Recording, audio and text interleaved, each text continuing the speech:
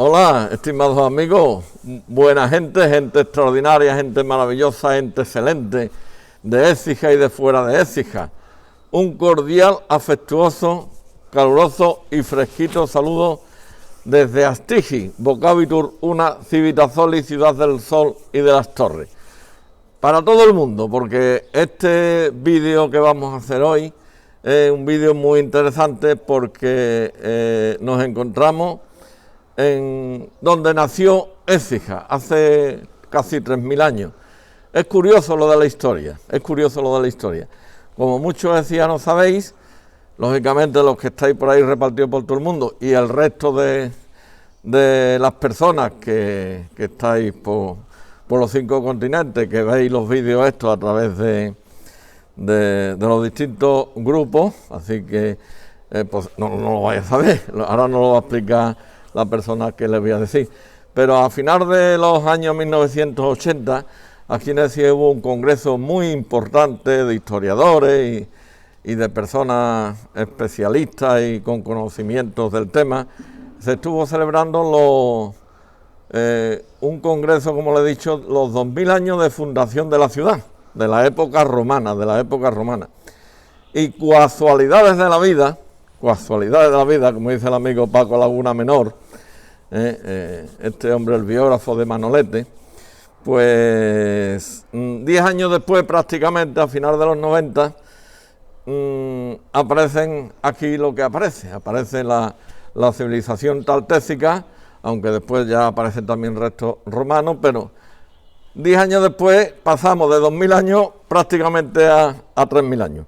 Así que nos encontramos en la parte, creo, más alta de la ciudad, en lo que se llama la Plaza de Armas, las excavaciones de la Plaza de Armas, y yo ya me callo, y la persona que le va a hablar, que es la persona que tiene el conocimiento y el entendimiento y que lo expresa perfectamente bien, como bien sabéis es licenciado en Historia, además de guía turístico de la Fundación Tu Historia de aquí de la ciudad, que es el amigo, el historiador Eugenio Benjumea Palomero. Y hoy le tengo que dar las gracias especialmente, todos los días se las doy, cuando hacemos vídeo con él, igual que hacemos vídeo con las otras personas, porque son las 9 de la mañana y él pernocta, él es écijano, pero pernocta fuera.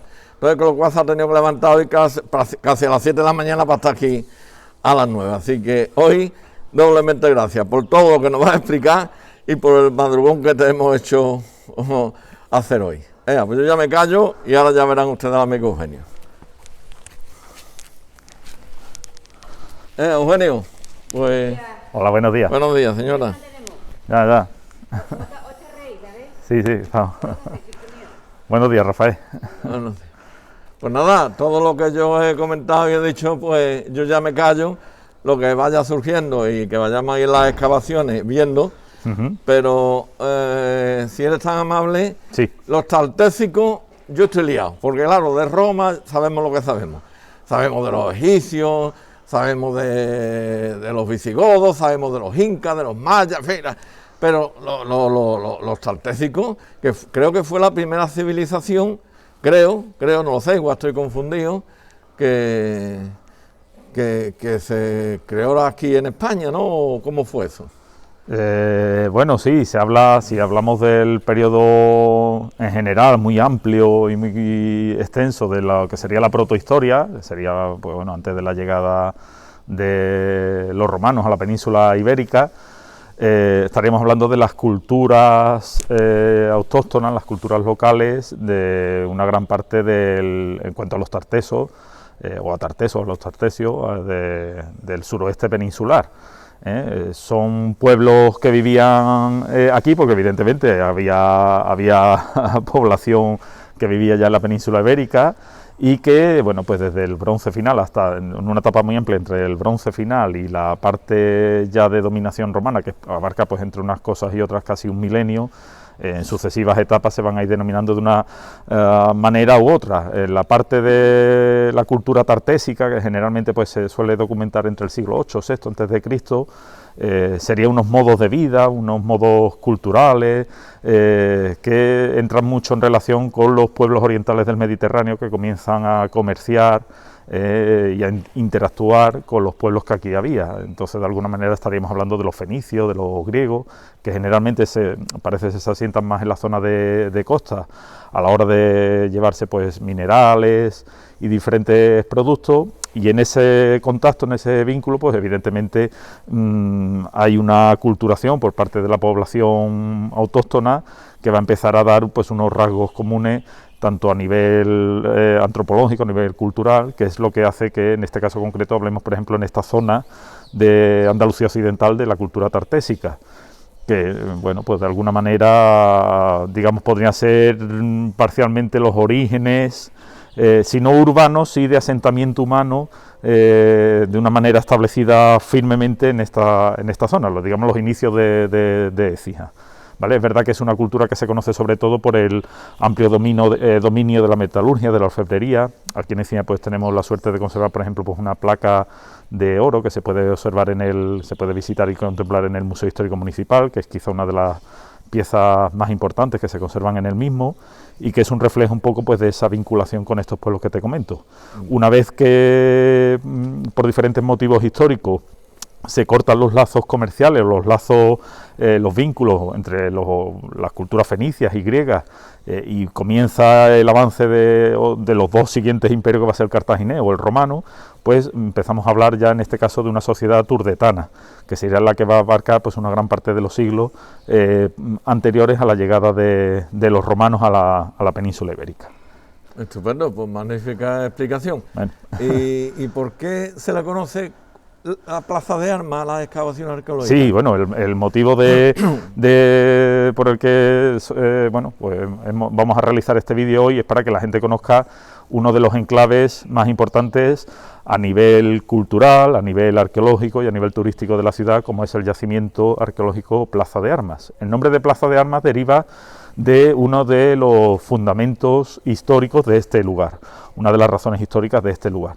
En la zona donde nos encontramos, que popularmente se conoce como el antiguo barrio del Picadero, que estamos nosotros en la falda del pequeño cerro que da la parte de la Merced, pues en la Edad Media, especialmente probablemente al final casi de la etapa almorávide y llega alcanzando la Almohade, se levanta en esta zona de la ciudad un pequeño alcázar defensivo, un pequeño castillo de uso militar para la protección de la plaza, para la protección de la ciudad.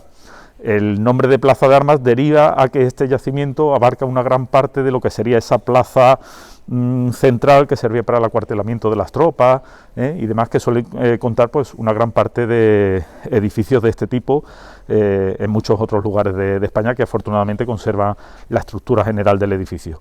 Se conoce por eso de esta manera, porque abarca una parte de lo que fue el alcázar de Écija, que estuvo en pie pues prácticamente hasta principios del siglo XVIII, en el que, bueno, pues debido a su abandono, después iremos explicando un poco todo el desarrollo histórico de la zona, pero que debido a su desuso como zona militar, porque bueno, pues la situación histórica no requería que hubiese que mantener un recinto de este tipo, hizo que también tras mucho tiempo de petición de los vecinos del entorno debido al abandono del mismo, se decidiese derribar en una gran parte y convertir lo que fue su antigua plaza de armas en una explanada que se usó para el ejercicio de la caballería, para maestranza de caballeros y para el picado de animales. Por eso el nombre popular de esta zona del picadero deriva desde el siglo XVIII. El Cerro de San Gil lo conocemos en los dos últimos siglos, sí, con este nombre precisamente debido a ese uso que duró una gran parte del siglo XVIII, aunque posteriormente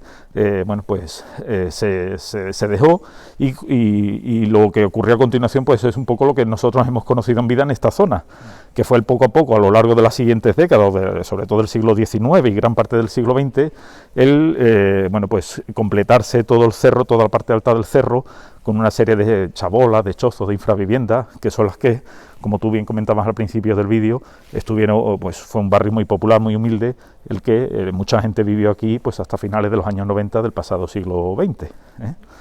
Una vez que, tras esos congresos de historia que tú comentas, el consenso de los historiadores, las diferentes corrientes que marcaban que si había algún lugar donde Écija pudo comenzar, pues evidentemente debía de ser este cerro, puesto que es una zona elevada, muy cercana tanto al río Genil como al antiguo arroyo de la Argamasilla, es decir, una zona que siglos atrás, tiempos atrás, podía prevenir de las periódicas inundaciones, las periódicas avenidas del río, en una zona elevada, que de alguna manera defendía el vado natural junto al río y además dominaba pues una amplia llanura, un amplio valle que permitía el abastecimiento pues tanto de recursos naturales como de caza, etcétera. Ese, digamos, era algo. Lo que no había era la constancia de que una constancia arqueológica, una constancia científica de que este fuera el lugar. Hasta 10 años después. Exactamente. Y hay que entender que eso fuera así, porque claro, como tú ya nos has explicado en algún que otro vídeo,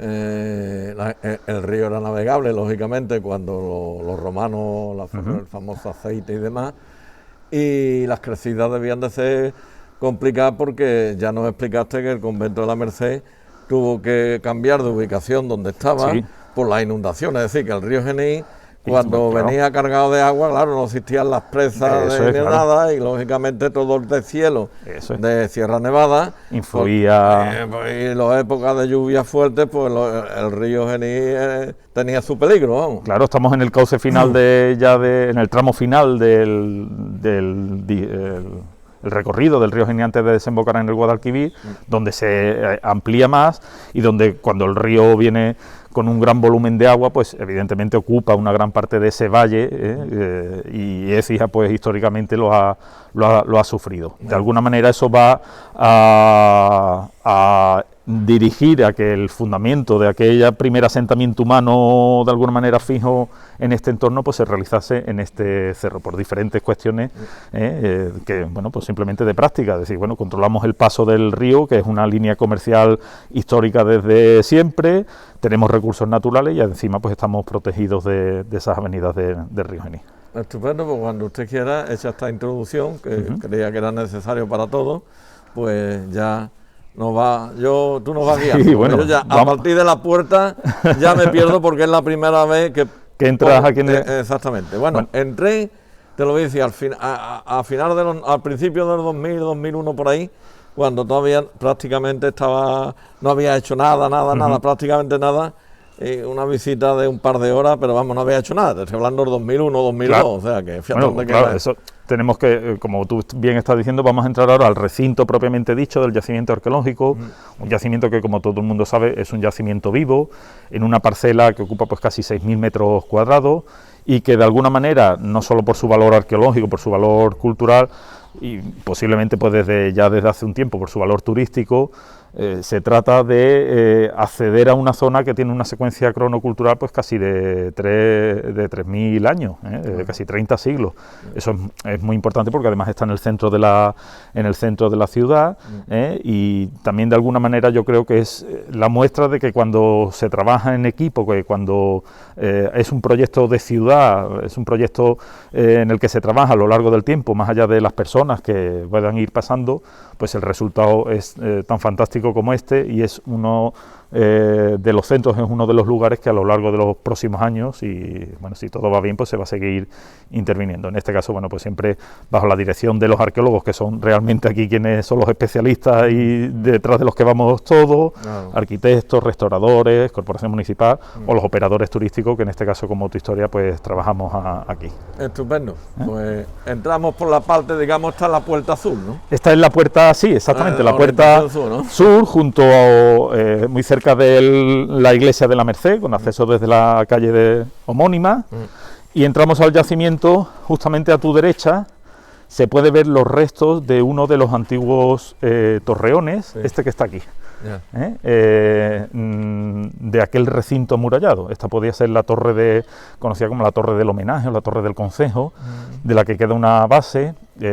Bueno, muchos écijanos saben que aquí existe un plan director, y en el futuro, si es posible recuperarse una parte o reconstruirse como se está haciendo, luego verán, pues probablemente será la torre que de alguna manera flanquee la entrada principal al yacimiento. Aquí, si te parece, vamos a ir andando.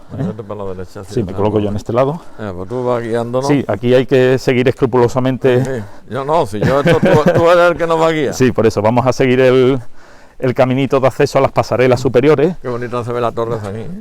aquí se aprecia bueno, pues una de las más recientes actuaciones arqueológicas, esta zona de aquí, que lo que se está descubriendo pues es parte de una de las calzadas romanas que se encuentran en el yacimiento, es decir, una de las calles de la antigua colonia augusta. En este caso se trataría de un cardo, y si avanzamos hacia arriba, antes de girar a la derecha, pues quien vea el vídeo va a contemplar en la pantalla cómo se aprecia un tramo importante con muchos metros de esa calzada de grandes losas que eran características de estas vías.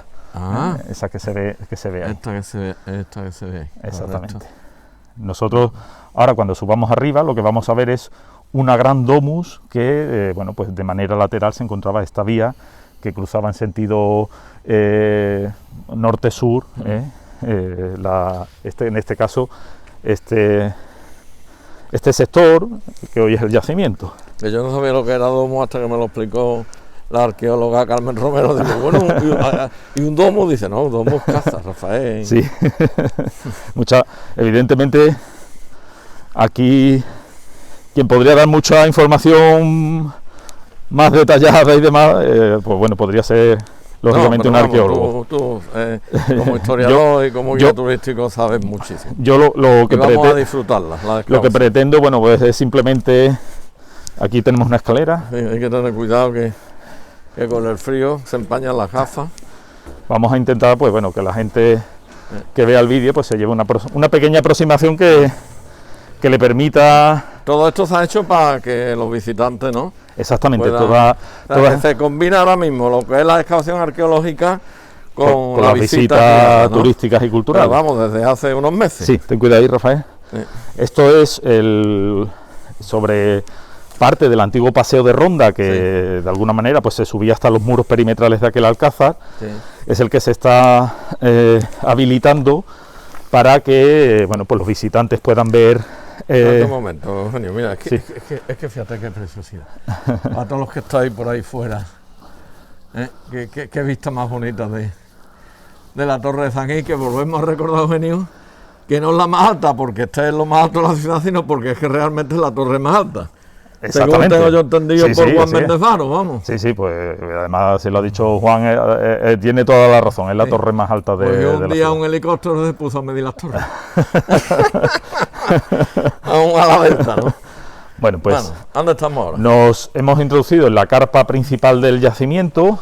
Vamos sobre una pasarela que descansa directamente sobre uno de esos muros debajo de nuestros pies, que sería parecido a ese que se ve ahí, que era el que veníamos nosotros. A este, ¿no? Exactamente.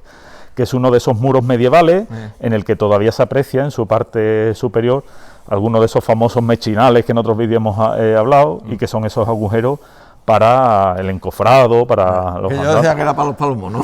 Exactamente. Le pegó una pecharre y cuando te lo di al cronista oficial de la ciudad. A José Enrique. A José Enrique, digo, ¿eso qué es para los palomos? Y le pegó una pecharre el hombre.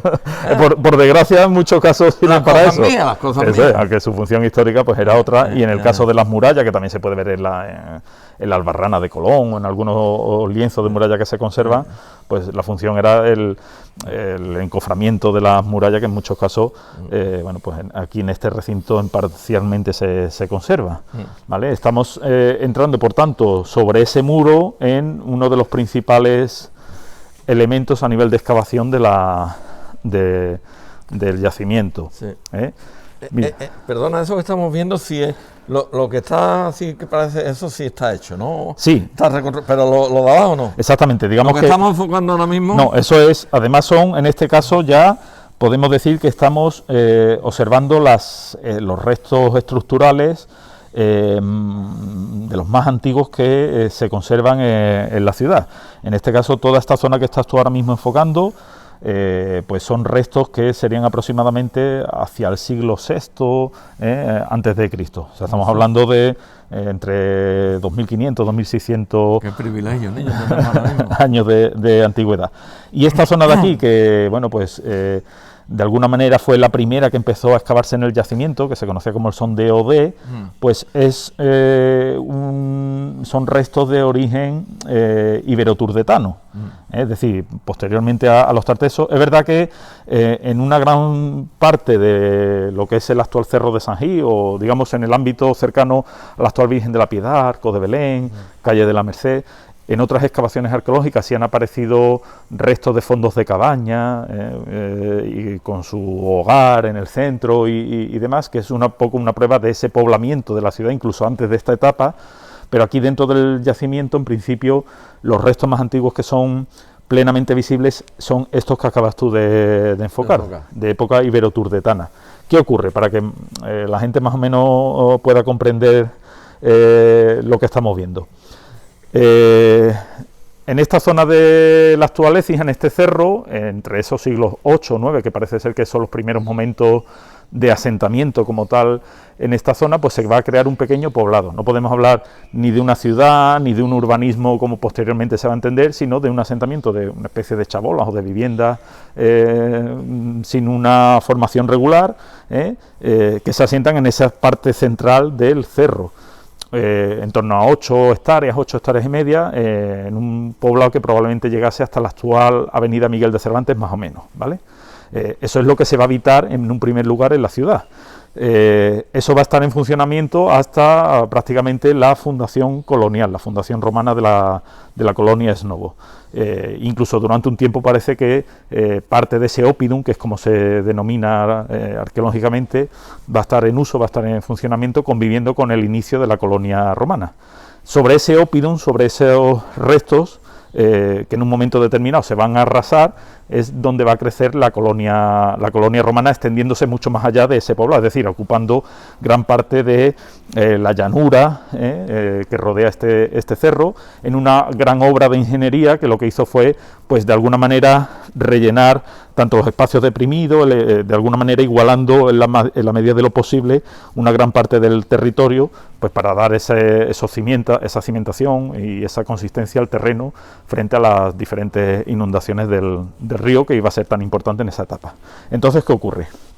Volviendo aquí al yacimiento propiamente dicho, en este caso vemos cómo aparecen restos de potentes muros de mampuestos de calcarenita, con una potencia de casi 1 metro de anchura, y en la parte central aparece como un pequeño cuadrado, ahí se ve muy bien, se ve en la parte, exactamente, lo voy a señalar yo con el dedo, este de aquí, exactamente. Que eso se trata de una pileta hidráulica. Una pileta hidráulica. Exactamente, como explícanos. Es como una pequeña, entre comillas, depósito de agua, ¿vale? Recubierto en su parte interior y exterior por una capa de cal muy viva, que probablemente pues servía con una función ritual, puesto que en el momento de la excavación en su fondo apareció depósitos de fragmentos cerámicos muy importantes, y que, bueno, en este caso algunas de esas vasijas fragmentadas todavía hoy se pueden observar la belleza que tienen en el Museo Histórico Municipal también. Es decir, sirvió de base para esa función ritual, con lo cual los arqueólogos nos dicen que este espacio podía tratarse de una especie de templo que dominase, por su situación en el cerro, pues una gran parte de ese oppidum, y que nos habla un poco pues de esa jerarquización de la sociedad por vinculación o por influencia ya de las culturas fenicias y griegas, una aristocracia que de alguna manera va a servir para controlar la sociedad del momento, para, bueno, pues controlar ese comercio con los extranjeros, y que de alguna manera se va a basar pues también en esa línea directa con la divinidad, con lo cual esos ritos religiosos pues aparecen ya también aquí representados de manera estructural en este pequeño sector, que es quizá dentro de lo que se conserva del yacimiento, más allá de los restos materiales cerámicos y demás, en cuanto a estructuras, es lo más antiguo que se puede ver en el yacimiento de Plaza de Armas, ¿vale? Mientras tú enfocas ahí un momentito, espérate que para que se pueda ver un poquito mejor, vamos a usar aquí unas planchas que hay. Espérate, vamos a ver un momentito. Mira, Rafael, aquí se observa muy bien. Yo la voy a coger y tú la sacas.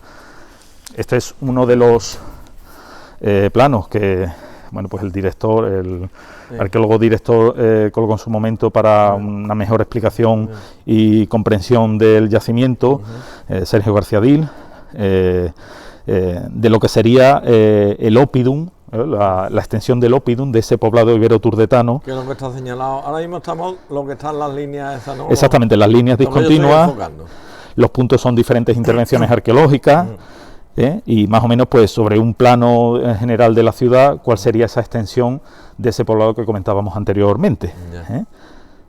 Un poblado en el que, bueno, pues, de alguna manera, las viviendas serían como estas que tienes ahí, una fotografía en la que se ve ese fondo de cabaña que yo te comentaba, exactamente esa que estás enfocando, y que sería una de las excavaciones, creo recordar, de la zona del Arco de Belén, de la calle Virgen de la Piedad. Es decir, este sería las primeras culturas que se desarrollan tanto en la ciudad como en esta zona en concreto. ¿Vale?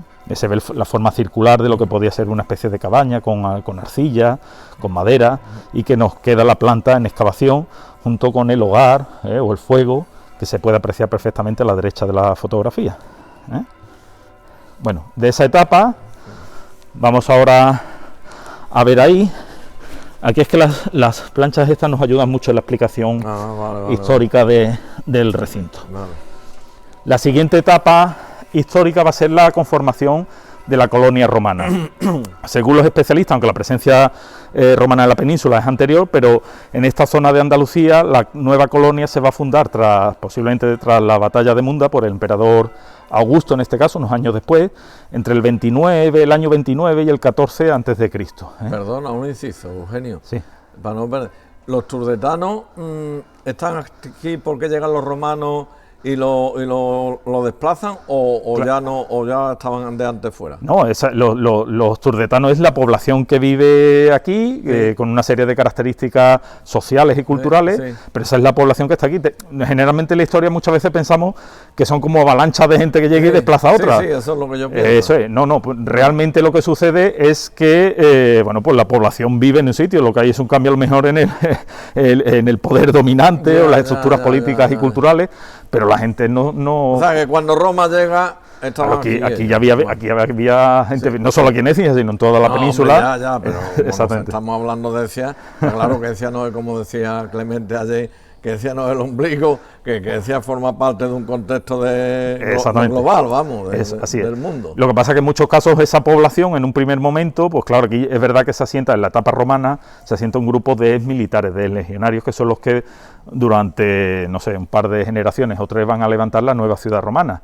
Una gran parte de esa población autóctona pues va a desarrollar su trabajo como, en parte algunos quizá como esclavos, otros como campesinos, es decir, pero viven aquí. Esa población además es necesaria para el control del territorio y demás. No se produce ni un exterminio de la gente que vive aquí, ni un desplazamiento como migración. Eso a veces en la historia, por desgracia, ha sucedido, pero lo normal es que en diferentes procesos históricos, que no es una noche me acuesto como turdetano y al otro amanezco como romano, sino que son procesos muy complejos y largos en el tiempo en el que se va dando esa evolución. Lo que pasa es que a la hora del estudio histórico y demás, pues siempre se van marcando unas etapas que nos ayudan a comprender mejor, a asimilar mejor esos procesos históricos. Estupendo, gracias por la aclaración. En cualquier caso, aquí tenemos otra de esas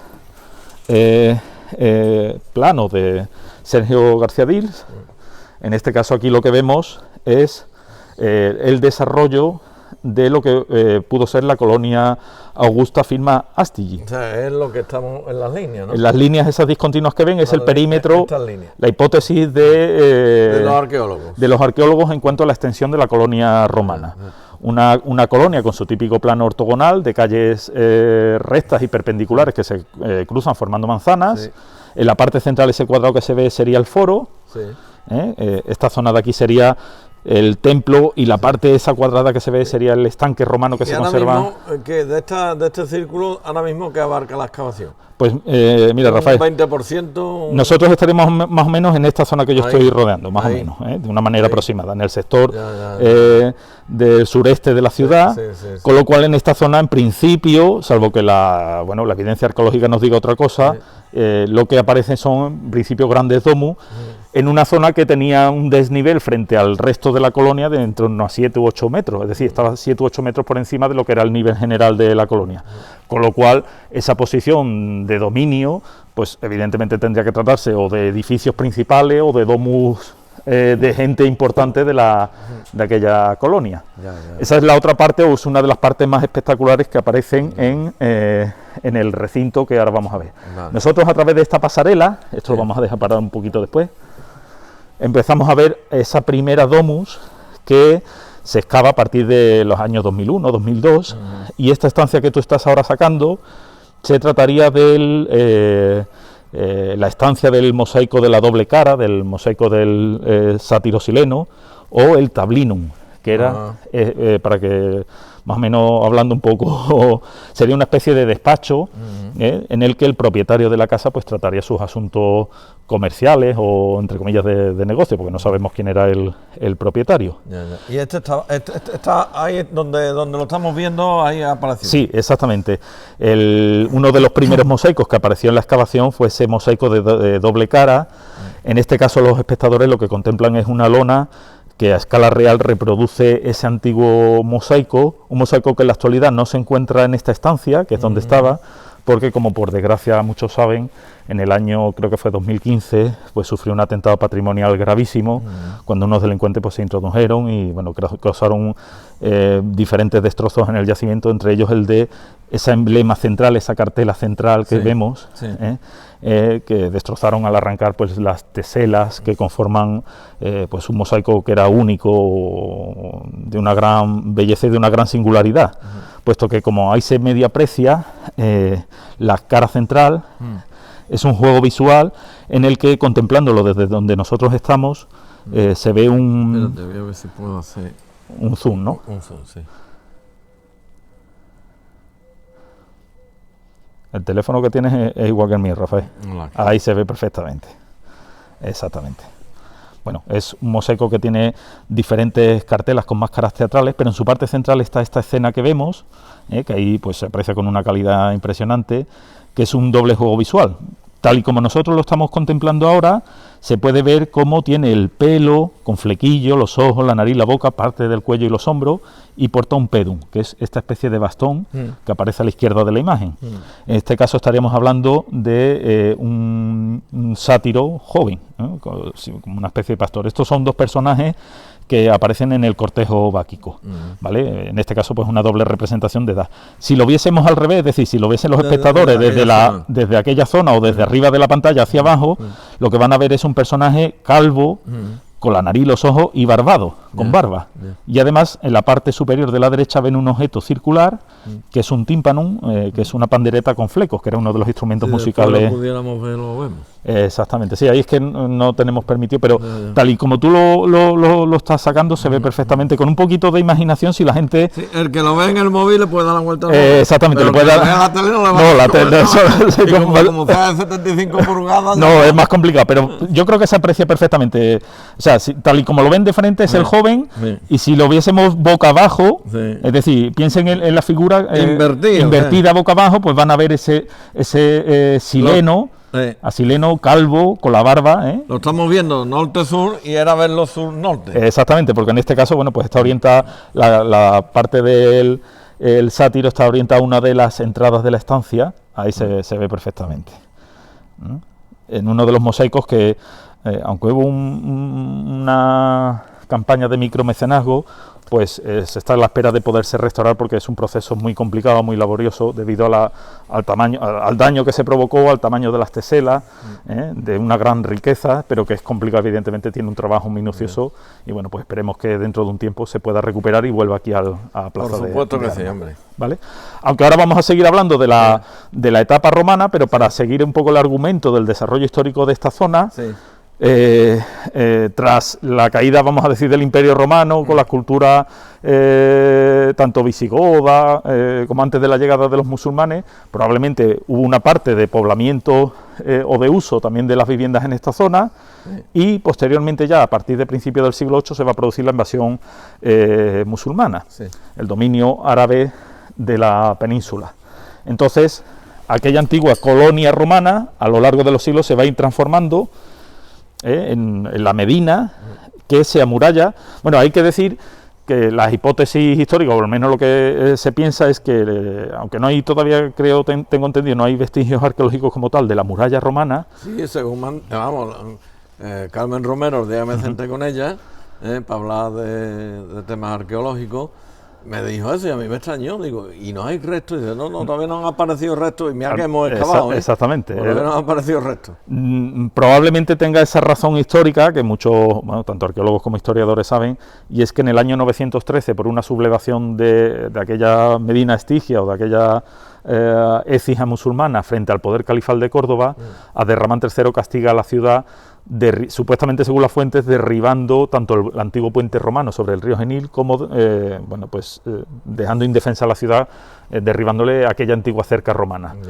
En cualquier caso, sí es verdad que los restos de muralla que hoy se conserva y que aquí se ven algunos lienzos de ese alcázar son ya de época de finales del siglo XI, principios del siglo XII, cuando ante el avance de los reinos cristianos en la Reconquista, la ciudad se ve necesitada de volverse a amurallar, y esa es la muralla que nosotros hoy, los restos que hoy podemos contemplar. La muralla es la parte más gruesa, ¿no? De los... Sería quizá la segunda línea, línea continua. La otra sería la hipótesis de la muralla romana. Y la otra línea que vemos sería la línea de la muralla almorávide almohade, ¿vale? Y aquí se ve muy bien, si te fijas en el sector donde nosotros estamos, lo que sería el recinto del Alcázar, el recinto de ese castillo medieval, y este cuadrado que ves aquí, este rectángulo, esa sería la plaza de armas de ese... ¿Dónde estamos? Donde estamos. Entonces, lo que conlleva una gran parte de la excavación es este rectángulo que está aquí con el marcado con el... Pues muy bien, la verdad que estos gráficos sirven mucho. Exactamente, yo puedo explicar, pero, pero es que se ve visualmente, se entiende mucho mejor de esa manera, ¿verdad? Sí. Exactamente. Bueno, pues después de esta etapa, la ciudad cae a mediados del siglo XIII, 1240, la toma Fernando III el Santo, entramos ya en la etapa, digamos, cristiana. En esos primeros siglos, el XIII, XIV, especialmente hasta finales del XV, este recinto militar va a seguir teniendo ese uso. ¿Por qué? Pues porque estamos muy cerca de la antigua frontera del Reino Nazarí de Granada, que hasta que no cae en 1492, pues esa tensión de frontera, con escaramuzas, con batallas en las cercanas a Écija, va a tener una necesidad de tener un recinto defensivo en la ciudad. Incluso más allá de la caída de Granada, hasta ya el siglo XVI, con la revuelta de las Alpujarras, de la población morisca, va a tener un uso más secundario, pero va a tener seguir teniendo ese uso militar. Luego ya, con el apaciguamiento, con la pacificación de esta zona, cuando los Austrias mayores se van a dedicar sobre todo más a su política internacional, evidentemente el recinto como uso militar va a ir decayendo, con lo cual, como además la ciudad era una ciudad... vamos a decir, ahora no me sale la palabra, sí, pero bueno, que no era un señorío de un noble concreto, sino que era ciudad de realengo, pues de alguna manera quien se encargaba del cuidado, el mantenimiento en parte de este recinto tenía que ser la corona. Claro. Aquí había un alcaide que era el que se encargaba, por designación real, del cuidado de la plaza. A eso es cuando vamos a llegar ya a principios del siglo XVIII, que es cuando el Concejo Municipal derriba una gran parte de ese recinto militar, y es cuando se convierte esta zona en el picadero que explicábamos en la puerta. Esa, digamos, ya sería la explicación completa, un poco a grandes rasgos, de la evolución histórica de este recinto. De este sitio. Exactamente. ¿Qué ocurre? De esa etapa, de la parte de la Edad Media o de la Edad Moderna, no hay fotografía, pero sí tenemos un recurso como eran los grabados artísticos, en este caso entre el siglo XVI y XVII, en el que se puede apreciar en muchos casos el perfil de 1567. Exactamente, ese es el de Hoesnagel, hay otro de Wingaerde de 1567, del mismo año, el de Baldi o el de Silvestre, que en este caso pues ya son del siglo XVII. Hay una diferencia entre los dos de arriba son más antiguos y los dos de abajo un poquito más modernos. Pero si se fija la gente verá que el perfil de la ciudad tiene poco o nada que ver con la écija actual de campanarios y de torres, que eso de alguna manera, aunque ahí ya existía alguna torre, pero va a proliferar a partir del siglo XVIII. Ese era el perfil amurallado, que de alguna manera nos puede recordar, en cuanto a localidades del entorno, en parte a la actual Carmona, donde está el Parador, que era un alcázar, Alcalá de Guadaira, pues ese era un poco el perfil que tenía la ciudad cuando este castillo que aquí se levantaba, ese alcázar que aquí se levantaba, existía, ¿vale? Estupendo. Volvemos ahora, porque esto es un poco un recorrido de saltos en la historia. Veíamos en la estancia del Tablinum, y si ahora te giras en la pasarela, al otro lado de la carpa, se ve una de las actuaciones que todavía hoy en día siguen trabajando los... Sí, porque esto es una excavación que está viva. Está viva, se sigue... Desde hace ya 20 años. Exactamente, las últimas 2 décadas, y bueno, pues una de las más recientes, las que todavía de alguna manera se sigue consolidando y se sigue interviniendo, pues es este patio que, como mucha gente sabe, pues se ha ido descubriendo desde finales del 2019 y a lo largo de todo el 2020. Se trata del peristilo del patio principal de esa domus romana sobre la que nos encontramos, que ocupaba probablemente toda una ínsula, toda una manzana completa entre el Cardo y el Decumano. Ahí se puede apreciar la forma cuadrada del patio. Incluso parcialmente se puede apreciar alguna placa cuadrada, como esa que ahora sale aquí. La voy a señalar yo aquí, esta de aquí, que es posiblemente la zona de ubicación de lo que luego iban a ser las basas, los fustes de las columnas. Es el origen de nuestros patios, de las casas mediterráneas, que se articulan en torno a un patio. Bueno, pues eso es de clara influencia romana, eso arranca en esta etapa. Como se puede apreciar, en torno a todo el perímetro del patio, pues estaba decorado con mosaicos geométricos de diferentes colores, e incluso se aprecia parcialmente como una especie de arriate. Se ve claramente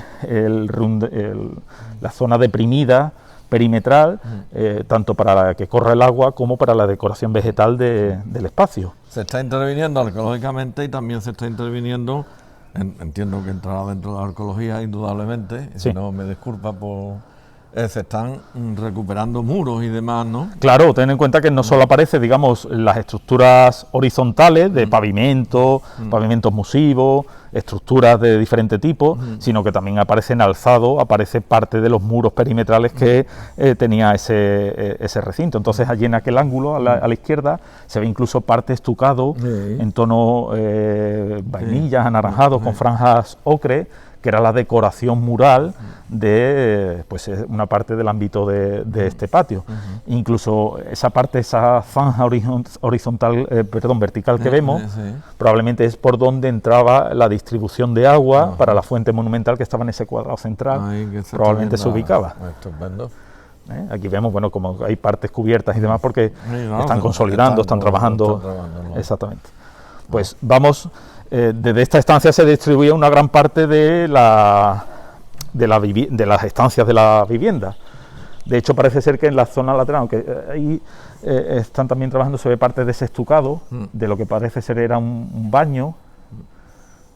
Aunque claro, aquí como está en proceso la excavación todavía, los datos que nosotros, los arqueólogos, nos podrían decir mucho más, pero los arqueólogos claro, es un trabajo, tiene que ir poco a poco. Es que hace 20, como hemos dicho, desde el 2000 para acá, porque es que es un trabajo muy laborioso, y preciso, científico. Los años que quedarán. Entonces, hasta que no esté completa la excavación y ellos planteen en los usos los diferentes etapas de... Lo que sí está muy bien y hay que felicitar es estas pasarelas. Sí, aquí, estas pasarelas, hombre, para combinar, las visitas de las personas que tienen interés, porque todos los vecinos tienen interés y muchas personas vienen de fuera en ver esto, pues lógicamente está muy bien. Muy bien. La pasarela y se combina el trabajo con la visita. Exactamente, aquí lo principal siempre es el trabajo científico, el trabajo de arqueología. Está claro. Y a partir de ahí los demás nos vamos adaptando. Entonces el trabajo de ese equipo multidisciplinar, en este caso de los arquitectos, como fue Fernando Martín San Juan o es ahora Valle García Verde, es el que se posibiliten las visitas culturales y turísticas al yacimiento sin interrumpir el trabajo de los arqueólogos. En esa combinación de uso que vemos. Ahora pasamos a este espacio. Espera. Sí, vamos despacito. Por el tema del cable. Exactamente. Nos vamos a ubicar, Rafael, si te parece, aquí de manera frontal a esta otra estancia excavada, porque aquí se aprecia muy bien. Esta se puede decir que está terminada, ¿no? Sí, bueno, actualmente es uno de los grandes focos de atención del yacimiento, porque nos encontramos ante el triclinium, ante el comedor de la casa. Hablando en cristiano, bueno, era la estancia que se usaba para bueno, pues para almorzar, para reuniones. Es de los mosaicos más grandes que haya en Écija, ¿no? ¿O no? Sí, es uno, sé. yo no quiero meter mucho la bata, pero es uno de los más grandes. Sí, estamos hablando de un mosaico que tiene casi cerca de 40 metros cuadrados. Y muy bien conservado, ¿eh? Exactamente, creo que son 37 en concreto los metros cuadrados de este mosaico. Que esto estaba todo tapado. Claro. Bueno, y lo que habrá tapado en Écija, que no sabemos. Y además es casi, se podría decir, no su aparición, porque es un trabajo científico, pero el que se haya conservado tantos siglos aquí es casi milagroso, porque si te fijas allí en la parte del fondo, sí, allí viene el avance de lo que era el muro medieval, es decir, que se podía haber arrasado completamente. En este caso el mosaico se ve fantásticamente recuperado porque ha sido un trabajo de restauración que se ha hecho en el Instituto Andaluz de Patrimonio Histórico. Y es uno, no son 3 o 4 como no, es un solo mosaico. Es un solo mosaico, lo que pasa es que es verdad que cuando se llevó a Sevilla hubo que dividirlo en grandes fragmentos, creo que aproximadamente unos 30, para su traslado e intervención sobre él, pero luego una vez se han ido restaurando, pues cuando regresó aquí a través de un proceso complicado de montaje, ha vuelto a colocarse en el sitio original donde apareció. Tesela. Claro, aquí los especialistas del IA hablaron de, creo recordar, entre 3 millones y 4 millones de teselas, ¿vale? El IA, hay que decir que es el Instituto Andaluz de Patrimonio, ¿no? Histórico, que se encuentra en la Cartuja, en la capital. Es que todo lo que no esté viendo por ahí en Colombia, en Argentina, en Italia, y diga lo del IA, ¿qué es lo que es? Es un instituto, es un organismo de la Junta de Andalucía que se dedica, entre otras cosas, no solo al estudio, a la investigación, sino a la recuperación y restauración de diferentes bienes artísticos y culturales, ¿vale? En este caso, pues, en Écija, además de este mosaico, entre otras muchas piezas, pues tenemos la propia Amazona herida, se restauró, o piezas del ámbito sacro, se han recuperado pues muchas en la ciudad. Este es el mosaico conocido como los Amores de Zeus, ¿vale? Que es, como tú bien dices, uno de los más hermosos y más grandes recuperados en la ciudad. Es de época severiana, es decir, entre finales del siglo II, principios del siglo III después de Cristo, y como decíamos, decoraba todo el ámbito, todo el suelo de ese triclinium, de ese comedor de la casa. Mira, Rafael, si te fijas bien, dime. La composición del mosaico es como si fueran dos L's enfrentadas, ¿vale? Hay una primera L, que sería donde vemos estos cubos tridimensionales. Es verdad, esto es una L, efectivamente. Exactamente. Eso es un marcador de uso porque esta zona, esta L primera, es donde se instalaban los lectis, el mobiliario de la habitación, ¿vale? Para el descanso, para el almuerzo y demás, contemplando de esa manera también las diferentes escenas, las figuras que aparecen en el mosaico. Hay que ver lo que sabe Eugenio, ¿eh? Bueno, yo no, leo lo que más, lo que he leído y lo que me han contado. Se ve como, en este caso, el mosaico antes de restaurarse, cuando aparece, es verdad que estaba ondulado, estaba agrietado, porque había sufrido en las subbases las diferentes capas que le sirven de asiento, pues tanto la afectación de pozos ciegos, que en otros siglos posteriores se usó, claro, no existían baños como hoy en día. Aguas fecales tenían que ir al lado, vamos, pues, pozos ciegos, fosas de saqueamiento de material, de reaprovechamiento del material, todo eso había afectado una parte del mosaico, por eso son esas grietas que vemos, o esas lagunas donde vemos que no se conservan teselas, pero que en la parte de los cubos, como sí sabemos el patrón decorativo, se ve claramente ahí la diferencia entre una zona, entre esta zona y esta. Esta que yo estoy ahora señalando es la original y esta es la recreación tras la restauración. Estupendo. Lo más importante del mosaico, además, bueno, aquí podríamos hablar mucho tiempo de las diferentes escenas. No, pero es que si no se nos va el tiempo. No te preocupes. Sobre todo lo más importante son las diferentes escenas que aparecen en el mosaico, que en muchos casos son escenas vinculadas a la mitología del padre de los dioses del Olimpo, que es Zeus o Júpiter en la etapa romana, ¿vale? Vamos a intentar hacer una pequeña recorrido por el mismo, si a ti te parece bien. Venga, vamos a hacerle un zoom, ¿no? Vamos a hacerle un zoom. Tú vas enfocando y yo te voy diciendo. Mira, si te parece, esa primera que tú estás enfocando, esta de aquí, exactamente. En cada uno de los 4 ángulos del panel central aparece la representación de mujeres, de las que solamente se han conservado 2 y una parcialmente. Esta primera que ahora pueden ver los espectadores es una de las representaciones de las estaciones del año, en concreto de la primavera. Podemos ver una mujer tocada con una corona floral en la cabeza, y como detrás de los hombros aparecen cardos floreciendo. es decir, es una representación simbólica de la primavera. A la arriba del todo, al otro lado, bueno, este que aparece aquí es Cástor, que ahora hablaremos de él. Vamos arriba. Exactamente, ahí vemos otra mujer en un busto, orientada también mirando hacia el centro, hacia la parte, digamos, de la ubicación del mobiliario. Ese es la representación del invierno. Ya. Además, un invierno muy andaluz, porque si te fijas, además de los juncos que aparecen sobre la cabeza de la mujer, que está en este caso cubierta por una especie de clámido de túnica, Sí. a la derecha aparece una rama ¿De olivo? de olivo, exactamente, de aceituna. Ya. Además, si tan importante fue la producción y comercio de aceite en esa etapa, Ya. en este caso, bueno, pues en el invierno, que es una de las etapas de recolección del fruto, pues aparece esta rama de olivo con las aceitunas antes de la recolección. Esa es la representación del invierno, perdón. Bien. Nos faltaría el verano y el otoño. Otoño. El otoño no se conserva nada.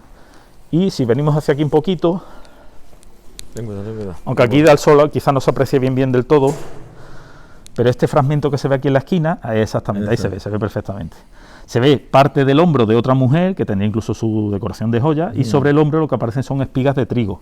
Es la representación del verano. Eso no ha llegado hasta nuestros días. Como no sabemos a ciencia cierta cómo era esa decoración, cómo era esa figura, esa parte se ha restaurado, se ha recuperado, pero como ves está completamente en blanco. Ya. Porque no, en la restauración tú no puedes inventar lo que no conoces o lo que... Exactamente, la restauración es lo que es. Exactamente. Bueno, pues ya tenemos las 4 escenas de la esquina, ¿vale? Sí. Ahora pasamos a esta escena central, que estás tú ahora ahí. Vamos a un poquito aquí hacia tu derecha. Exactamente, ahí. Vale, perfecto. Bueno, esta es una de las escenas mitológicas más representadas dentro de la historia del arte, no solo en la etapa romana, sino a lo largo de los siglos de la historia del arte. Representa el rapto de Europa. El rastro, la primera vez que me estoy desayunando hoy. Bueno, para no liarnos mucho y complicarle a la gente, Zeus o Júpiter en la mitología, sobre todo en el nacimiento de los grandes héroes de la mitología clásica, muchos de ellos son hijos del propio Zeus, del propio Júpiter, cuando él se enamora de princesas de diferentes ciudades, de diferentes zonas, y para ganar el favor sexual, ganó el favor amoroso de esas princesas. Generalmente lo que hace es que Zeus se metamorfosea en un animal o en otra persona, ¿vale? En el caso del rapto de Europa, que era Europa es la joven que aparece sentada en el toro, que era una princesa fenicia de la ciudad de Tiro, al otro lado del Mediterráneo. Bueno, pues la historia un poco resumida es que Zeus se enamora de ella y con ayuda de este personaje que se ve sobre el toro, que parece que está corriendo, Sí. que es Hermes, es Mercurio, hace que los rebaños de ganado del rey de Tiro bajen hasta la playa, al lugar donde se bañaba la joven Europa con sus amigas, que son estas 2 mujeres que aparecen a la derecha de la escena. Cuando él, convertido en un aparente toro blanco manso, llega hacia la zona de ellas, bueno, pues en parte inocentemente la joven se sube al lomo del toro. Aquí vemos cómo incluso se coloca la clámide para cubrirse porque está desnuda, comienzan a adornar los cuernos del toro con guirnaldas de flores y demás, de una manera pensando que no, incluso le dan de comer, ¿ves? Yeah. Pensando que el animal no va a hacer nada. Yeah. Hasta que la segunda parte del mito lo que nos dice es que el toro, el dios Zeus, comienza a correr sobre el mar Mediterráneo y se lleva a Europa hasta la isla de Creta, donde con el tiempo se va a convertir en la primera reina de dicha isla. Esta joven es la que da nombre a nuestro continente. Europa nace precisamente en parte de este mito. Al fondo se ve una representación arquitectónica de esa ciudad, bueno, idealizada de Tiro. ¿Vale? Muy bien, una explicación magnífica. Resumiendo un poquito muy rápido, pero bueno.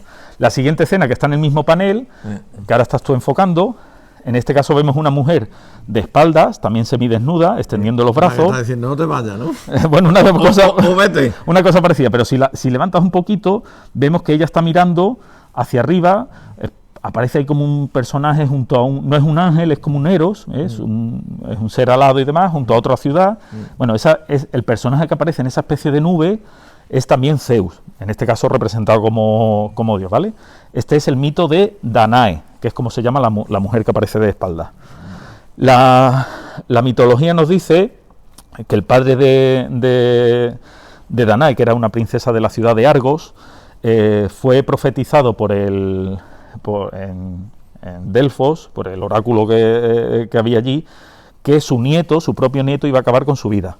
Entonces él, que estaba desesperado porque no tenía descendencia masculina, lo que va a hacer es que va a encerrar a su hija, Danae, que era muy bella, en una torre, según algunas fuentes de bronce, para que no tuviese contacto con ningún varón, no se fijase nadie en ella y de esa manera impedir que se cumpliese esa profecía. Lo que no contaba él es que desde el Olimpo quien se iba a fijar en la joven era el propio Zeus, que para poder acceder hasta ella se convierte en lluvia, que son esas teselas oscuras, exactamente, se convierte en lluvia dorada que cae sobre ella y la fecunda, ¿vale? Es el nacimiento de Perseo, que en la mitología es el que luego va a acabar con Medusa, y bueno, esto ya es un poco más deriva. En cualquier caso, esa es esa representación del momento de la fecundación de la joven a través del dios convirtiéndose en lluvia, ¿vale? Si vamos a la parte superior... ¿Empezamos por ese? Vale, por ese mismo que está en el centro, o por ahí. Venga. Este es el rastro de Ganimede, en este caso de un hombre, porque Zeus, bueno, era... ¿no? Sí, ten en cuenta que la mitología romana, que sería esto, de alguna manera es una gran parte herencia de la griega. En este caso, de quien se enamora Zeus es de un joven, de un hombre, de un muchacho, de la ciudad un príncipe de la ciudad de Troya.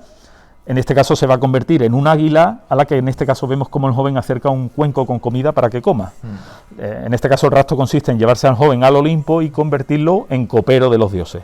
Vamos a decirlo un poco jocosamente, en camarero de los dioses, en sirviente de los dioses en el Olimpo, especialmente de él, ¿vale?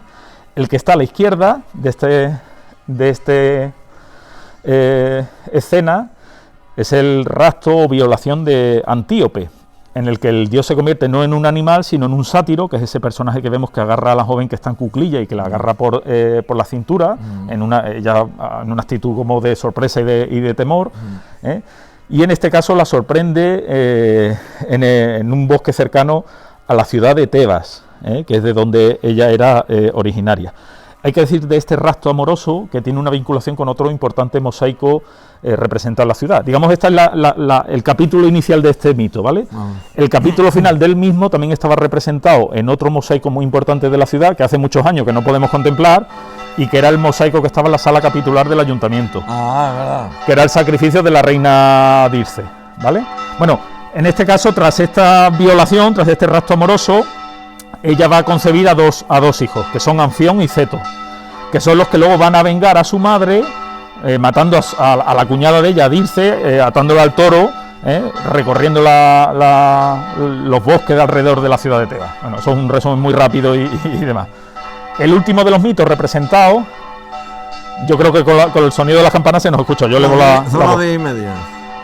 En este caso, lo que tenemos es el rastro de Leda, otra princesa. En este caso el rastro se produce en la noche de bodas de la joven, en la que el dios se convierte en un cisne, poseyéndola, y según esa mitología ya queda ella, esa misma noche de bodas queda fecundada, va a ser la concepción de al menos 4, no sé si eran 4 o 5 de sus hijos. 2 de ellos son los dioses oscuros, que son Polus y Castor, que son, se podrían decir o considerar semidioses, héroes, hijos del propio Zeus. Uno de esos hijos es el que enfocábamos al principio, el que está con el caballo, ahí a la izquierda, un poquito arriba, espérate. Ahí, exactamente. Ese es uno de los hijos que nace de ese rastro de Leda, el domador de caballo. Tanto esta escena del joven con el caballo como el del propio del rastro de Leda con el cisne son dos escenas que se representan de un modo muy similar en otro gran mosaico que apareció en la ciudad. En este caso, el mosaico que se conserva en el Museo Histórico Municipal y que a finales de los años 70 apareció junto a la Plaza de Santiago. Bueno, pues eso hace que los especialistas, los arqueólogos, nos digan que probablemente sean obras salidas de las mismas manos, del mismo taller que ejecutó ambos. Estupendo. Qué magnífica explicación. Bueno, más o menos. Hay que ver lo preparado que está, Eugenio. Hay que ver. No es precisamente a lo mejor mi especialidad más de eso, pero bueno, intentamos. Aquí hay otra escena, la última escena, Rafael, antes de seguir. Es esta que aparece aquí en vertical. Perdón. Sí, no te preocupes, yo me retiro para que... exactamente. Ahí. Que es una escena vinícola, es una escena agrícola plenamente. ¿Qué ocurre? Muchas de las representaciones de mosaicos en la ciudad son de temática báquica o vinculados en parte con el lujo, el gusto por la vida. Es una muestra también de la aculturación, de la riqueza, de la romanización de esta zona que, como mucha gente sabe, pues fue de las más importantes de la Hispania romana. En este caso es una escena en la que a la izquierda vemos una mujer recostada con otro Eros, otra especie de niño. Es Gea, es la madre tierra, junto con un canasto con flores y una parra con una vid. En la parte central hay una escena de de pisada de uva. Vemos a un grupo de sátiros que están con sus pedum, con sus bastones, están pisando la uva y el contenido cayendo en las dolias, en los recipientes que se ven al pie del lagar. Y en la parte final, a la derecha del todo, vemos un grupo de 2 hombres que observan, curioso, cabra, ¿no? Una cabra comiendo un racimo de uva. Según algunas teorías, este es el descubrimiento, este sería el personaje que lleva el bastón, sería Icarios, que en la mitología es el primer humano al que el dios Baco confiere el secreto del cultivo de la vid y la realización del vino. En este caso estaría junto a un mayordomo descubriendo cómo cuando las cabras se comen las uvas, luego la vid va a producir más fruto, es decir, es el descubrimiento de la poda. Usando la poda, el árbol, la parra te da más fruto. Eso de alguna manera es una de las teorías que representa este momento. También hay otra teoría que dice que lo que ocurre tras este episodio es que el propio Icario mata a la cabra y con el odre, con las tripas del animal, crea un odre que lo echa en medio de una reunión báquica. Bueno, son diferentes teorías, pero en cualquier caso, eso muy resumido, es el conjunto de un mosaico que, como ves, ocupa todo el espacio de la estancia. ¿Esta noche no has dormido? ¿Eh? ¿Que esta noche no has dormido tú? ¿Por qué? Porque te has tenido que estar estudiando todo esto. Ah, bueno, no, hombre, no, porque ten en cuenta también que es frecuente también que realicemos es que tú sabes que los vídeos bromeamos también. Eso es, sí. Estos no son documentales, no. Esto es serio, bueno, pues todo el mundo sabe cómo van. Exactamente, volvemos ahora a la pasarela. A los orígenes, que es por donde hemos entrado. Exactamente, es que claro, aquí hay que ir comprendiendo que vamos a dar saltos históricos salto. Para que podamos comprender un poco lo que estamos viendo. Como es los ingleses, ¿no? ¿Déjà vu de eso, de déjà vu? Sí, más o menos, ¿no? Salto en el tiempo. ¿Cómo se dice? ¿Déjà vu? Déjà vu, sí. Vamos ahora hacia el paseo de Ronda nuevamente, sobre el muro. Y aquí habría una vista de la ciudad, ¿eh? Claro, pues imagínate, probablemente. Aquí te subía a las murallas. Vamos, bueno, después cuando hicieron las torres en aquella fecha. Claro, no existía. Otra vez. Ten en cuenta que aquí también el trabajo no es solo ya en esta parte del recorrido, no es solo de... Oh, niño, que he visto aquí de la ciudad. Perdona, nos vamos a recrear, hombre, para todas las personas. Lo ven ustedes. Además, el día está acompañando, hace fresco. Pero miren ustedes la iglesia de San Gil, la torre, allí al fondo la de San Juan, allí la de Santa María, allí la de Santiago y el campanario del convento de la Merced. Exactamente. ¡Qué barbaridad! ¡Qué vista, qué lujazo, señores! Eso es lo que hablábamos de este espacio. Aquí se tiene que ver mejor. Exactamente, todavía. Además desde aquí pues bueno, puedes ver en perspectiva todo ese rectángulo. Y todo esto hay que excavarlo, Eugenio. Claro, eso... ¿Todo esto? Sí, bueno, eso dirán los arqueólogos, pero se supone que sí, claro. Pero aquí quedan años, ¿eh? Sí, aquí queda afortunadamente, queda trabajo por hacer. Salvo que al ayuntamiento le toque una primitiva. Bueno, y meta mucha gente a probar. Y meta aquí 50 o 60. No. Pero yo creo que incluso así... ten en cuenta que no solo es la excavación propiamente dicha, sino que luego hay que consolidar, hay que mantener, porque no es solo que aparezca, sino que luego hay que mantenerlo para que su disfrute de las generaciones futuras. Que yo he visto excavaciones, que lo he dicho en algún vídeo que otro cuando ha salido, sí. El mosaico famoso que está allí en la sala de mosaico del museo, el que se fue cuando la Expo del 92 estuvo en el pabellón de Andalucía. Tú estaba yo trabajando en la empresa privada. Fuiste uno de los culpables. Bueno, yo el culpable. Pero bueno, entre comillas, afortunadamente. Que estaba yo trabajando allí, en la empresa, y resulta que como había que hacer los pisos, pues allí el propietario de la promotora, pues metió 50 o 60 personas. Claro. Y aquello parecía Indiana Jones, ¿sabes? Mira los vientos escarbando allí. Oh. Vamos, más o menos cuando lo del salón. Sí, claro, más o menos al mismo tiempo. Solamente que eso eran esqueletos y... Exacto, pues bueno, aquí vemos un poco todo el rectángulo de lo que podía ser esa antigua plaza de armas, que se está excavando poco a poco. Ahí se ve ese recinto, tanto de la domus sobre la que hemos estado, con el muro medieval como cruza la casa, ahí se ve esa secuencia histórica. Y aquí en la parte más cercana a lo que este ángulo que era la torre del castillo... ¿Estos muros sí son originarios? Sí, estos restos que ves aquí, muralla, ¿no? Este fragmento, digamos, vertical que vemos aquí, era la antigua, parece ser que era la antigua sala del rey. Era una sala, una de las estancias de aquel antiguo alcázar medieval y luego en uso en la etapa cristiana. Entonces tendría un acceso por su parte central, con galerías de arco... una galería de 3 arcos sobre columnas geminadas, parece ser por los restos que aparecen abajo. ¿Y esto era la muralla, lo que estamos pisando ahora, reconstruida? Sí, el recrecimiento, que además se hace con técnicas muy parecidas a las de aquella época, que eso es un trabajo fantástico que están haciendo también los arquitectos de las municipales, en el recrecimiento de una gran parte de esos muros, porque se conserva una parte, pero no el conjunto. Entonces, para darle una uniformidad, se han hecho recrecimiento para darle esa forma cuadrada o rectangular al recinto. Estupendo. Y como te decía, esta era la que se conoce como Sala del Rey, a semejanza de otros recintos fortificados, de otros alcázares, que por ejemplo, pues bueno, siempre nos comenta Fernando Martín San Juan que la potencia de los muros de casi 2 metros y las dimensiones totales de la estancia son una de las más grandes de España en cuanto a estructuras de este tipo. Anda ya. Sí. Esta sala interna, que posiblemente estaría decorada en su momento con yeserías, con artesonados y demás, en los laterales, en las esquinas, tenía lo que se conocía como alanías o cámaras, que eran las habitaciones donde pues, dormían en algunos casos o el cadí o los alcaides en época cristiana en el recinto amurallado.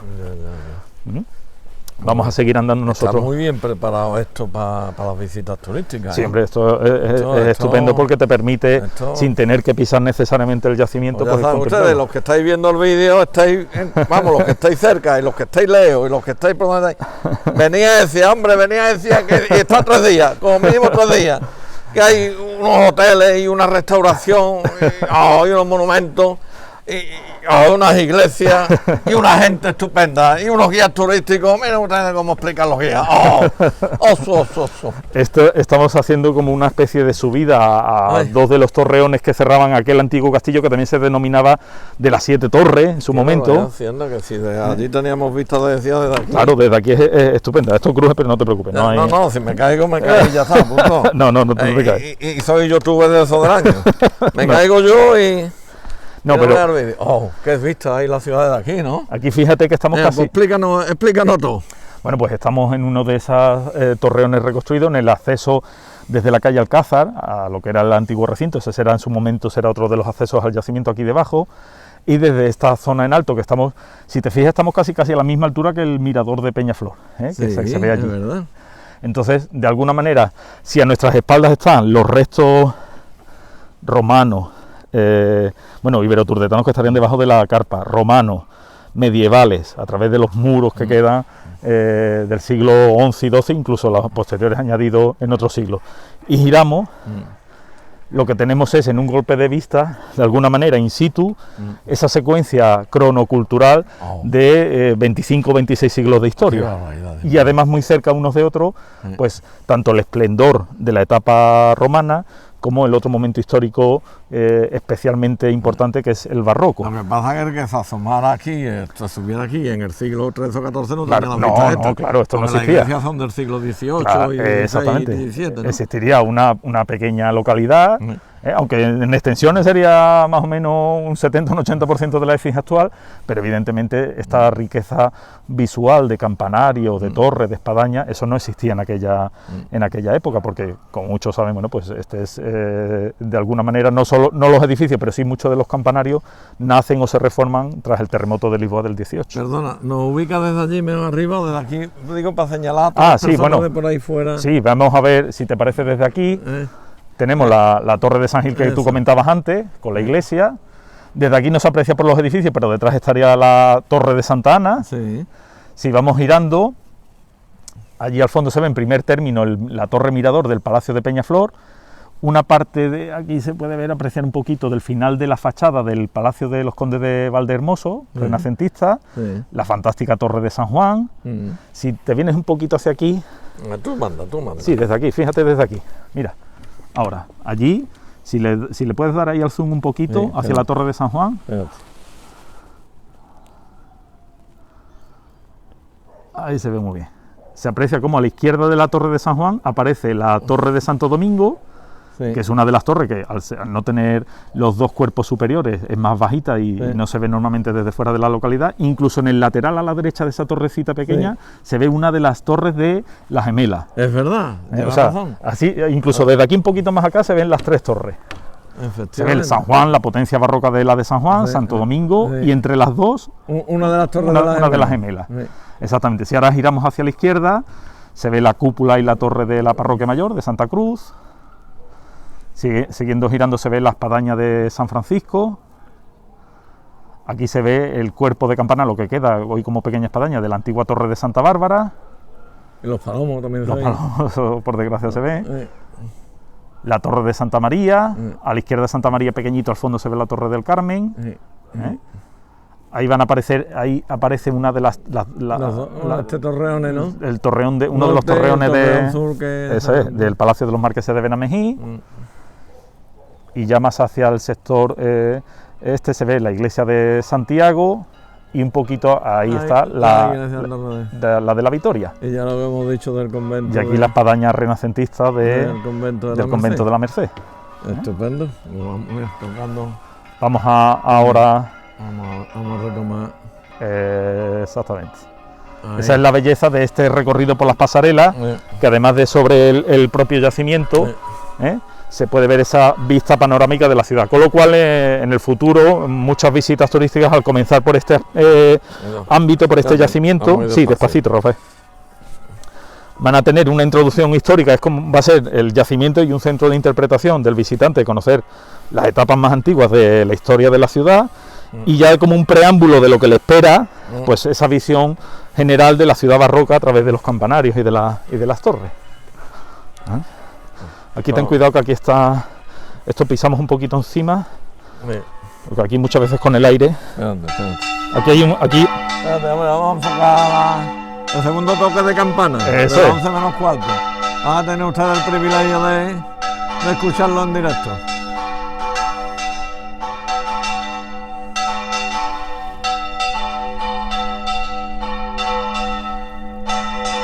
¿Cómo suena, Claro, eso es también un privilegio y un lujo. En Juan Mendevara hay 111 o 109 campanas, 96 es lo que yo tengo entendido. 96, bueno, pues, él se referirá cuando estaban todas a lo mismo.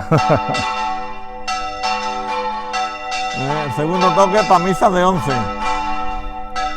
¡Qué maravilla, qué alegría! ¡Oh, viva Esia! ¡Viva la gente de Esia! ¿Qué va? Esto es una maravilla. ¡Viva Andalucía! ¡Viva España! ¡Ay!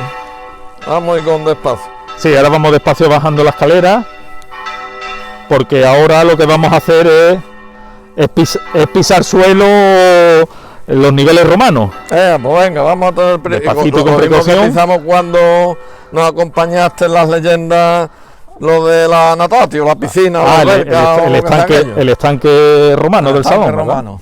Bueno, lo has dicho mejor yo. Pues ahora vamos a girar aquí a la. Eres historiador. Bueno, vamos a girar aquí a la derecha por este pasillo que se ha abierto aquí.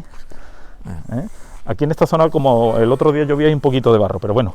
Mira, Rafael, aquí, aunque no sé si se aprecia mucho, lo que vemos es el alzado del... Sí, esto está en 4K grabado, como tú sabes. Exactamente, pues es el alzado del muro perimetral medieval del recinto, que apoya directamente, y se aprecia muy bien en la esquina, que apoya directamente sobre las losas, las grandes losas de piedra caliza de otra de esas vías, de otra de esas calles de la colonia romana. Es decir, nosotros estamos ahora mismo pisando un suelo probablemente del siglo I. Señores, están ustedes pisando, del siglo I. Miren ustedes, pisando sobre todo en la zona aquella de las losas. Pues vamos a pisarla. Aquí, miren ustedes. Estamos pisando suelo, vamos a ver el pie. Ahí, suelo romano. Exactamente, porque esta era una de las vías que iba en sentido este-oeste, en este caso uno de los decumanos de la ciudad. ¿Qué ocurre? Que aquí lo que se está documentando a través de las excavaciones es que, por ejemplo, pues bueno, era el cruce de dos vías, tanto de un cardo como de un decumano secundario. Entonces, en torno a ese cruce de calles es donde se levantaban las domus, las viviendas, la primera que hemos visto y esta segunda que vamos nosotros a acceder. El acceso a esta segunda domus... Cuidado, no vayamos a sí, regalar. ten cuidado, y a través de las piedras, esa parte de ahí puede haber un poquito de... ¿Usted sabe cómo Eugenio mira por mí? Ahí, una vez que llegues ahí... Bueno, esto tendrá un seguro, si me cae.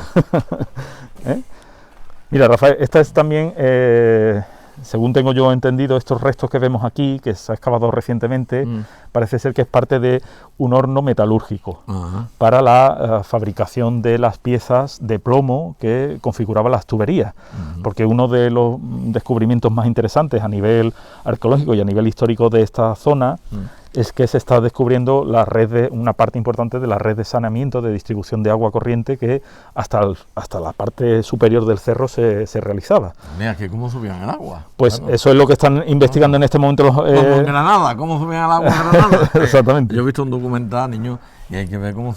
Está bien hecha la obra de ingeniería aquella de los romanos. ¿Los romanos qué eran? Wow. Ya hay quien dice que desde aquella época no se ha inventado nada. En cualquier caso, ese es uno de los trabajos, uno de las muchas facetas que tiene este yacimiento, uno de los que especialmente está investigando ahora el director de la excavación, como es Sergio García Dir, en el que, bueno, pues en el futuro nos ofrecerá información a toda la ciudad de cómo se producía esa red de distribución que parece ser, según él ha indicado en alguna ocasión, que podía ser a través de un sistema de acueducto subterráneo, a través de arcas de distribución de agua. Sí, hace poco apareció en prensa algo de sí, eso, exactamente, ¿no? Porque claro, aquí cada poco tiempo, cuando va avanzando la excavación, pues se ofrecen informaciones y datos. En cualquier caso, si vienes ahora por aquí, mira, aquí vamos a pasar este escalón primero, ten cuidado. Bajamos aquí, y estas dos grandes piedras que ves aquí, de mármol negro, eso parece ser que era parte de una fuente monumental que se ubicaba en el cruce entre ambas vías, entre el decumano y el cardo. Estas dos que están aquí. Sí, está enfocando. Exactamente. Ya. Y justamente ahora cuando subamos aquí a estas losas de aquí, también ten cuidado. Ay, espérate. Sí, Ay, 68 años ya mismo. Pero fíjate, porque detrás, en esa zona se está actuando, ahí no podemos pasar, Ya. pero se aprecia claramente las tuberías de plomo, las fístulas. ¿Las ves ahí? Las canalizaciones. Sí, se ve perfectamente, está ahí sobre los ladrillos. Parece ser que esto es parte de una obra, de una reforma de obras públicas que se hace en esta zona de la colonia, en torno también a esa época finales del siglo II, en el siglo III. Que todos los oficios son muy bonitos, todas las profesiones. Pero la arqueología, apasionante. Es que los arqueólogos que estén trabajando, que hayan trabajado y que seguirán trabajando aquí, esto tiene que ser un placer, una satisfacción. La verdad es que sí. Vamos, esto es... Fíjate, incluso, mira, ahí ahora que se está enfocando, ahí se ve una parte de una tubería probablemente que venga del interior de la domus para desaguar, pues no sabemos si a una cloaca o hacia la calle. Qué maravilla de excavación. Pues hay que felicitar al equipo arqueológico que está interviniendo y a los que hayan intervenido hace años atrás y los que vayan a intervenir en un futuro, porque la verdad... Exactamente, merece mucho la pena y bueno, y cosas que evidentemente por tiempo no se pueden... Hay que felicitarlos. ¿Y ahora dónde estamos? Pues ahora estamos en otra de esas estancias... ¿Dónde nos vamos? Vamos primero aquí. Aquí hay varias estancias excavadas, fíjate, porque este es uno de los motivos también de mayor atención y de mayor interés en la visita, puesto que se trata de una estancia que conserva alzados o muros estucados, pintados, en algunos casos con más de 2 metros de altitud. Lo habitual en una excavación, si se tiene suerte y te aparecen fragmentos decorativos, es que a lo mejor tenga 30, 40 centímetros, una cuarta, pero en este caso fíjate la potencia de muros que se han conservado pues fantásticamente bien pues durante más, no sé, de 15 o 16 siglos.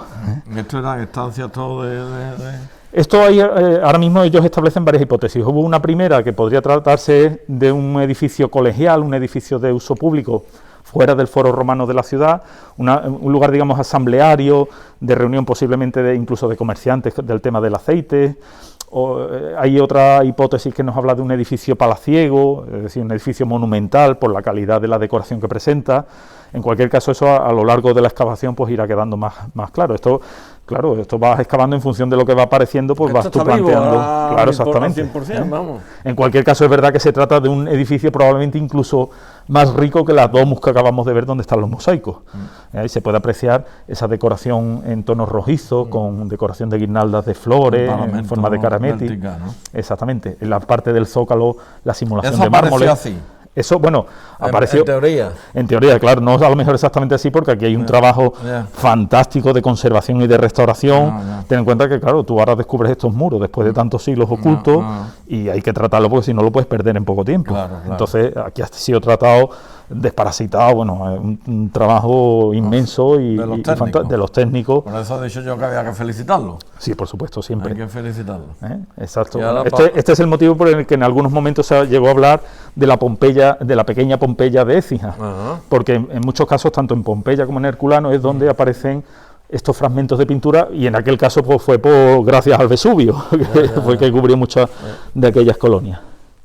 Y esta otra estancia, trabajada en mármoles, al modo de opus sextil, es decir, como una especie de taracea de placas de mármol, aunque se ve ahí oscurecida por el polvo evidente de la propia excavación, es un suelo de mármoles conformado por diferentes placas de colores, mármoles que están trabajados, o sea, se sabe científicamente que provienen de las mejores canteras de todo el Mediterráneo. Ahí donde tú estás enfocando hay mármoles de Esparta, de Túnez, de la antigua Atenas. Mucho de este material se trasladaba hasta esta zona de Écija, junto con otras obras de arte, en esos famosos barcos que venían, que iban cargados de aceite. Al volver, en muchos casos incluso como lastre fondo del barco, venían cargados de productos que luego aquí los patricios, los colonos que vivían en la colonia, como manejaban un fuerte poder económico debido a ese comercio de aceite, pues servía para el engrandecimiento monumental no solo de sus domus, sino de la propia colonia o de edificios públicos, como parece ser que podía ser este. Estupendo. Oye, Eugenio, una pregunta y no te vayas a reír, no se vayan a reír ustedes. ¿Aquí dónde están las ventanas? Aquí el aire por donde entraba. Tendría que tenerlas en algunos casos. Tendría que haber ventanas, ¿no? Lo que pasa es que, claro, aquí, bueno, pues hay... Más de uno de estar riendo, Ten en cuenta que, claro, en muchos casos el alzado que se conserva, aunque aquí sí hay, como hemos comentado, 2 metros, en otros a lo mejor pues es 1 metro y es complicado de saber exactamente el lugar de ubicación. Sí se ve claramente en algunos sitios, como este aquí, las puertas. Eso sí, hombre, por eso no te preguntaba las puertas, las ventanas. Incluso aunque parezca una tontería, los ladrillos que ves aquí, esos son todos de origen romano, es decir, eso no se ha colocado sino que eso, y dirá, bueno, sí, un ladrillo, pero fíjate los cortes tan limpios de arista que no tienen desgaste, eso quiere decir que se hicieron profesos no se reutilizaron de otros sitios, sino que se utilizaron para los muros de esta casa. Yo he leído los egipcios, he leído algo de Grecia, he leído de los incas, he leído muy poco. Pero lo poco que he leído, para mí, la civilización romana, la cultura romana, es que hay que ver... Una gran parte, digamos, de nuestra civilización, o de la base de nuestra civilización, evidentemente viene de esa etapa.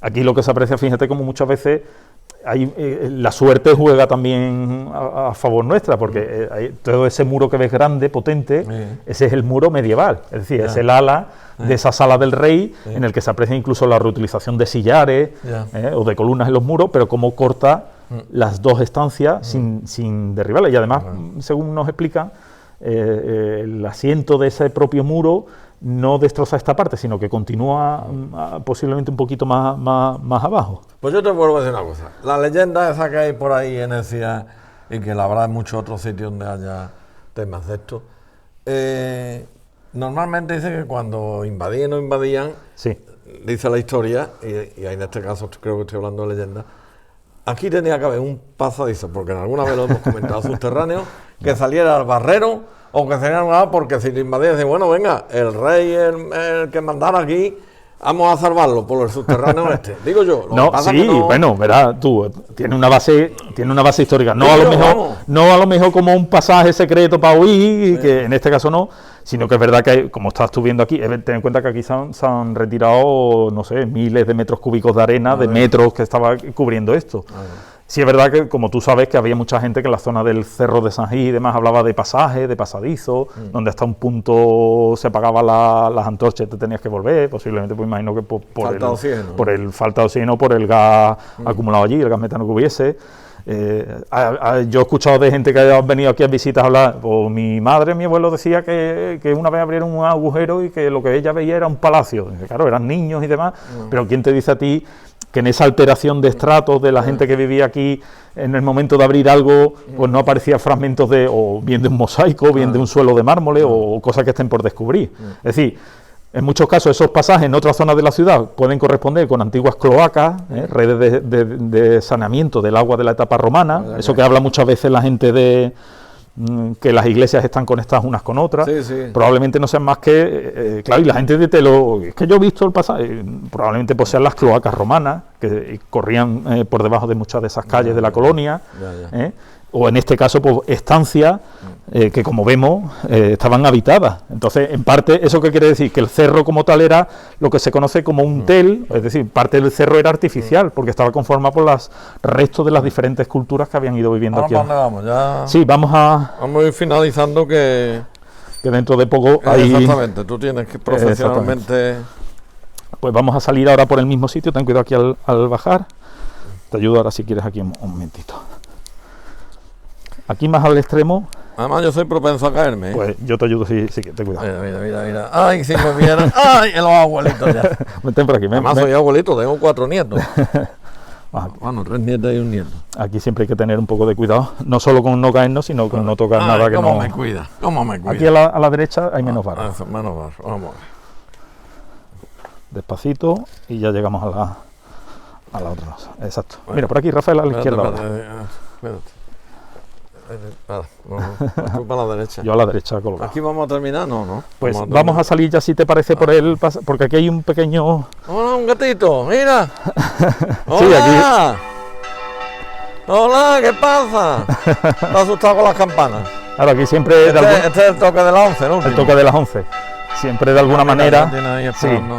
Bueno, esto es un impluvium, que es parte de otra... ¿Un impluvium qué es lo que es? Es como un pequeño patio de luz de las casas, donde generalmente en la parte inferior había un depósito, una cámara que recogía el agua de lluvia. ¿Vale? Y ahí se puede apreciar parte del rectángulo de ese pequeño patio y la decoración estucada también de los bordes. ¿Ven? En este caso se ve claramente como, si tienes suerte, lo que te aparece son unos centímetros de pintura, pero no eso que hemos visto. Estupendo. Pues yo creo que aquí finalizamos la visita. Te voy a enfocar con la torre de fondo y las campanas. Que si quieres añadir algo más, que así rápidamente se nos haya quedado el tintero, y si no, finalizamos. Pues nada, agradecerte la paciencia y el recorrido, e invitar a la gente en este caso pues a que, en la medida de lo posible, cuando hay establecidas visitas a través de Tu Historia, los diferentes operadores turísticos que trabajan en el yacimiento, en la medida que las propias excavaciones nos lo permitan, pues siempre es interesante el venir a visitarlo y conocer pues una parte muy importante de nuestra historia in situ, que eso es lo más maravilloso, que normalmente este tipo de elementos los vemos en los museos, pero tener la posibilidad de conocer in situ el lugar donde aparecieron o donde están, pues yo creo que es una oportunidad magnífica de conocer nuestra rica historia. Estupendo, Eugenio, pues 1.000.000 de gracias, especialmente hoy, como he dicho al principio, porque sé que te hemos hecho madrugar. A quien madruga Dios le ayuda. Tus seguidores, porque a través de estos vídeos ya tiene un club de fan, porque a mí me lo dicen, el club de fan de Eugenio Benjumea Palomero, y a todos los que nos han visto por Écija, por Andalucía, por España, por Europa, por los 5 continentes, que los vídeos estos dan vueltas por los 5 continentes, hasta la estación ISS espacial, que por ahí seguro que la habrán visto también. Un cordial y afectuoso saludo. Y como hoy es día de San Francisco de Asís, pues a todos los franciscos, como hay 4 santos franciscos y cada uno lo celebra en una época conforme van naciendo, tengo entendido, yo me pierdo también ahí. Para todos los que celebráis su onomástica hoy, de parte del amigo Eugenio y de este servidor, pues muchísimas felicidades y que paséis un día estupendo. También tengo entendido que San Francisco así el protector, el santo, algo así de los animales, ¿no? Sí, San Francisco tengo de Asís, entendido, siempre, ¿no? claro, el que Tú que también... eres más experto que yo también. Bueno, sí, ese se conoce Ah, como el venido reconstructor experto en de muchas la, cosas, ¿eh? el reconstructor de la iglesia, el que crea la orden franciscana, evidentemente, el desde donde nace la tradición de los belenes, bueno, es uno de los grandes santos de la historia de la iglesia. Sí, simplemente quería hacer un apunte de terminar, que es pedir perdón si en algún momento hemos cometido algún error con fechas y demás. Me gusta ser riguroso y bueno, pues hay veces que puede suceder. Tenemos confusiones. Bueno, ya. O sea, el ser humano es un ser imperfecto, que tratamos de ser perfecto. Y a lo largo de los años, pues vamos aprendiendo de nuestros errores cometidos, que esa es la experiencia. Así, pero vamos, tú tienes mucha experiencia, ¿eh? Venga, por lo dicho, señores, con la Torre de San Gil de fondo, pues buenísimos días, buenísimas tardes o buenísimas noches, desde la Plaza de Armas, desde el nacimiento de la ciudad de Astigi. Cordiales saludos.